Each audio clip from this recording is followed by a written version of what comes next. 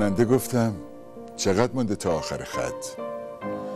سرش رو تکان داد و گفت 3 میدان و 1 چهارراه و 2 پیچ دیگر.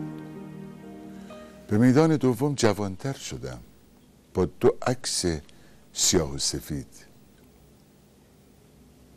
سر نبش میدان سوم نفسهای تبدار من بود و بس.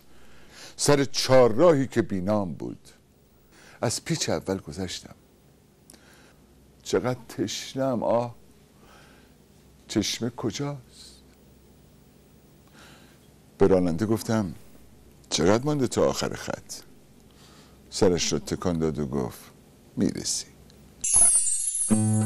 من در برنامه امروز مهمان ویژه‌ای دارم. این عزیز بزرگوار اصلا نیاز به معرفی و بیوگرافی و دوران کودکی و بزرگسالی و کار و تلاش اینها نداره. نامش معرف خودشه. گفتم که نیاز به معرفی نداره دیگه، چی کارش کنیم؟ بحث نیاز نیست. هر کی به اندازه فهم و شعورش ما رو معرفی میکنه. به تو که رسید 2 کلمه هم نتونستی بگی. معلوم میشه مصاحبه هم عین رانندگی میمونه. هر چقدر که احتیاط کنی و واردم که باشی بازم ممکنه یکی دیگه بیاد بزنه. بلد نیستی درستایی معرفی کنی. ناکس.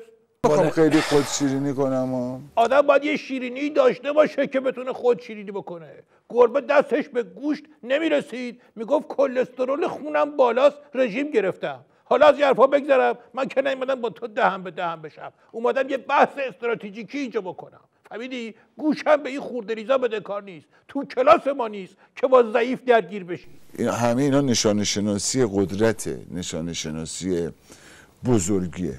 تو هم دیگه کوتاه بیا قبل از اینکه من بلند شم برات. فهمیدی یا نه؟ از این حرفای بی‌مزه نزن. یه سوال بکن که من بحث و به بهانه سوال تو راه بندازم برم تو جاده.